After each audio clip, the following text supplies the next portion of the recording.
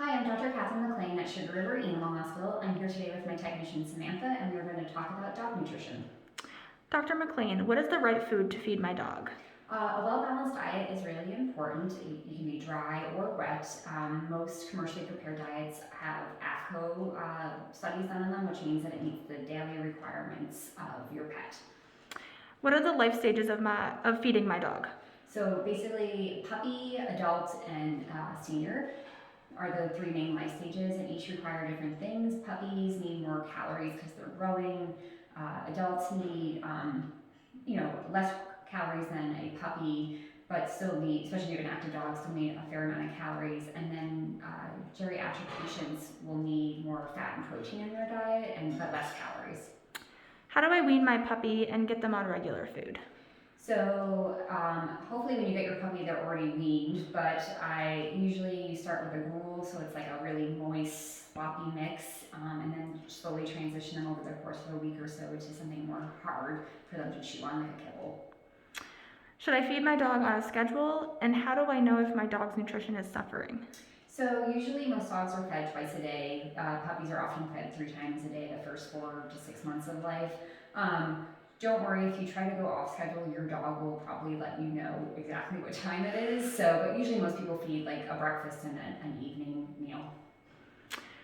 How do I know if I'm feeding my dog too much? You're feeding your dog too much is if when you look down at it, if it has like a sausage figure and not like a tucked in waist, that's a really good indicator. And it's actually not good for your pet to be overweight because then they have a shorter lifespan and they can have a host of different medical issues like diabetes, arthritis, that kind of stuff. How will a veterinarian be able to assess if my dog is getting proper nutrition?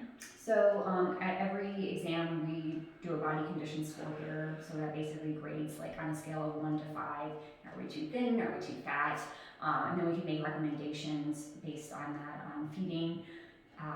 Also, if you have specific concerns, we can answer them as well.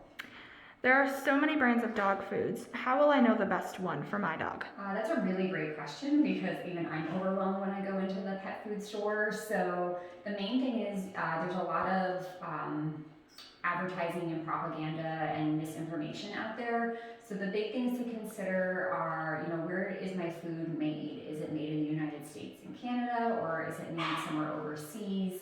And also, is there a veterinary nutritionist on staff? So this way, it's not just like you and me going out and making a brand of food. There's actually some science behind it. The other thing to look for, like I mentioned earlier, is that AAFCO statement. It's pretty small somewhere on that bag, but it basically says this diet is approved for, either growth, maintenance, geriatrics.